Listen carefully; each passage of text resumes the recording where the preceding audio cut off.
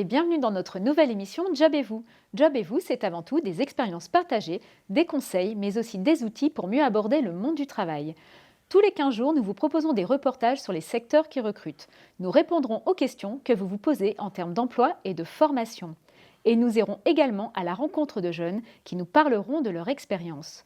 Aujourd'hui, nous allons vous parler du secteur de la logistique. C'est un secteur qui recrute, la preuve en images.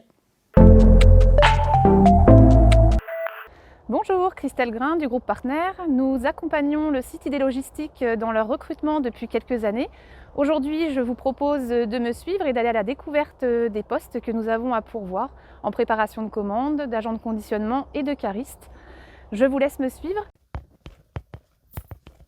Donc, bienvenue sur le site de Crickbob. Donc, moi, je suis Nathalie, je suis la responsable du site donc pour ID Logistique.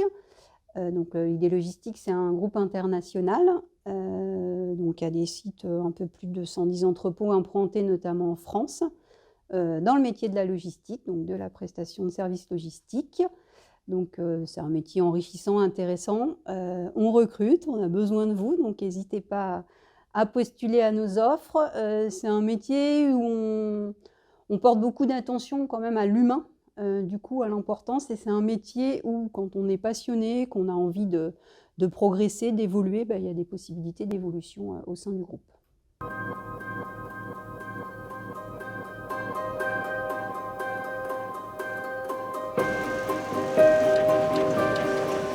Chaque livre est l'histoire d'une rencontre. Mais quand il sort de l'imprimerie, le livre a encore un long chemin à parcourir pour atteindre son lecteur. C'est la mission de la distribution, l'acheminer vers son point de vente. Étant donné le nombre de titres publiés, les quantités d'exemplaires et la multitude de réseaux à approvisionner, la distribution est un métier de service et de logistique complexe. Elle assure le transport des ouvrages, mais aussi les retours, le stockage, les réassorts, la facturation, tâches qui réclament un véritable outil industriel.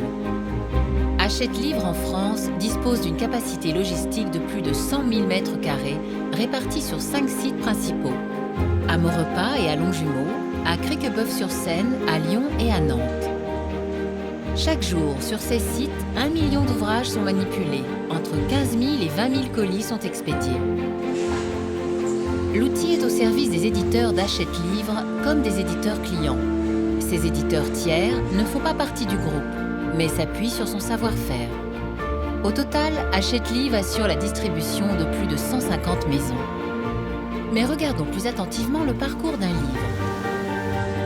Depuis l'imprimerie, les nouveautés sont expédiées à Cricquebeuf-sur-Seine dans un entrepôt dédié à la première mise en vente des livres. C'est ce qu'on appelle la mise en place ou encore les offices. Toutes les librairies, mais aussi les autres points de vente comme les enseignes culturelles, les sites de e-commerce ou la grande distribution reçoivent les offices. Si vous souhaitez nous rejoindre, vous pouvez postuler sur notre site www.partner.fr.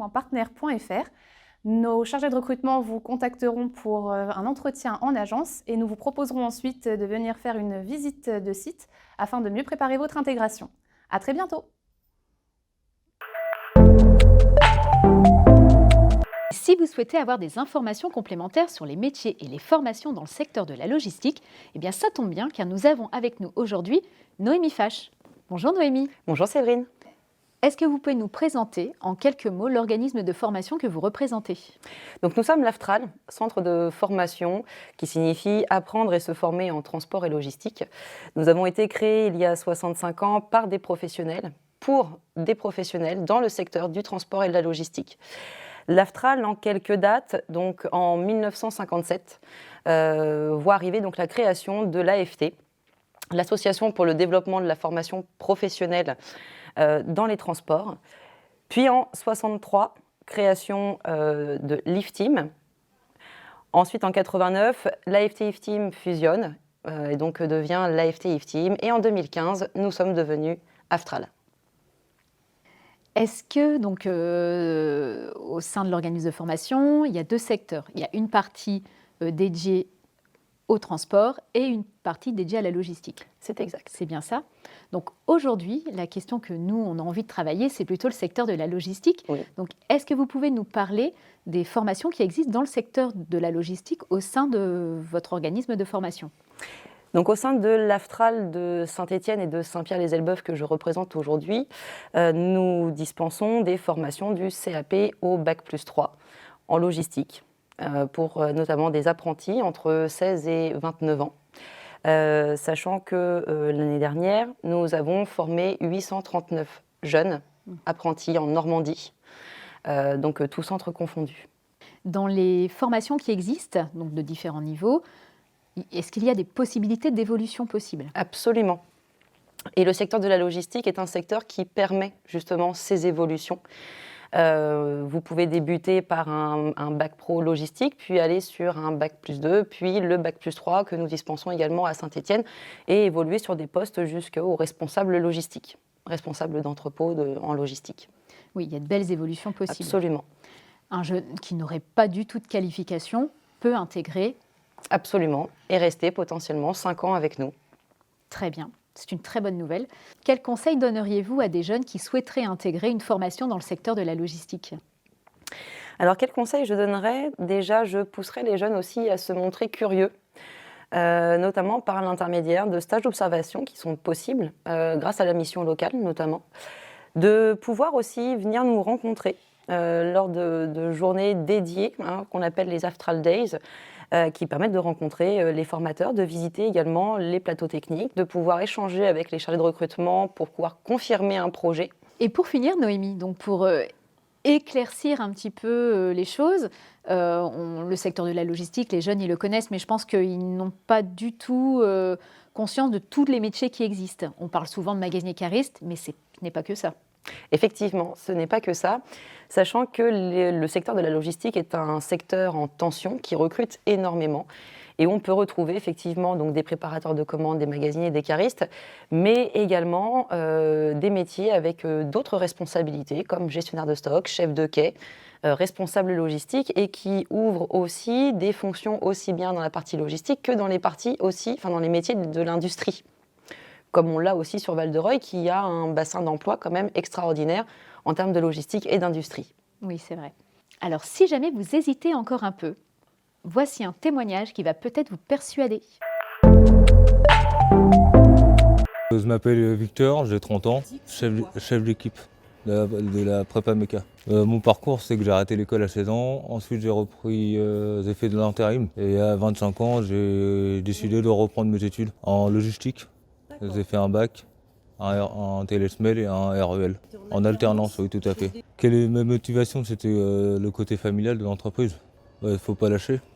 Bonjour, je suis Léonie, j'ai 31 ans. Je suis sortie d'un bac pro qui ne m'a pas convaincue, donc du coup je suis allée avec la mission locale faire un bilan de compétences qui m'a orientée vers la logistique et m'a aiguillée jusqu'à ce que je passe mes CACES et qu'ensuite je rentre en intérim dans une boîte avec partenaire. Ici, je travaille à la réception. Je décharge les camions, je contrôle la marchandise, je l'étiquette et je la range en rack. Il y a du physique, mais non, clairement, c'est largement abordable pour une femme. Le travail qui est à la journée, donc 7h30, 14h50, c'est parfait pour ma vie de maman. J'adore mon chef. Ça se dit pas, mais j'adore mon chef quand même. Essayer la logistique, c'est l'adopter.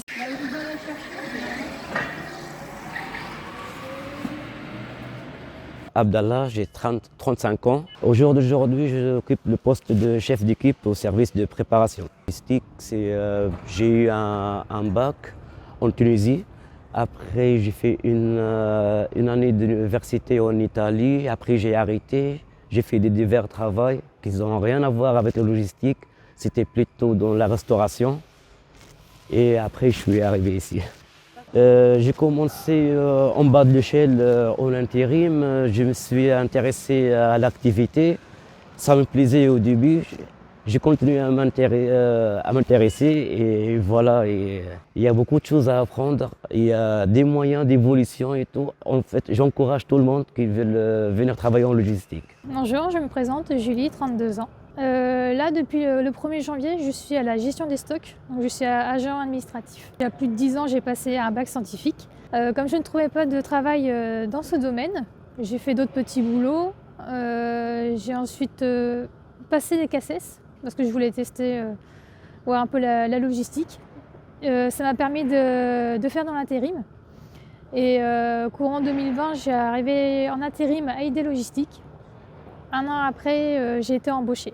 C'est une des rares entreprises où je me suis le mieux sentie, surtout une période où moi-même j'étais pas très bien.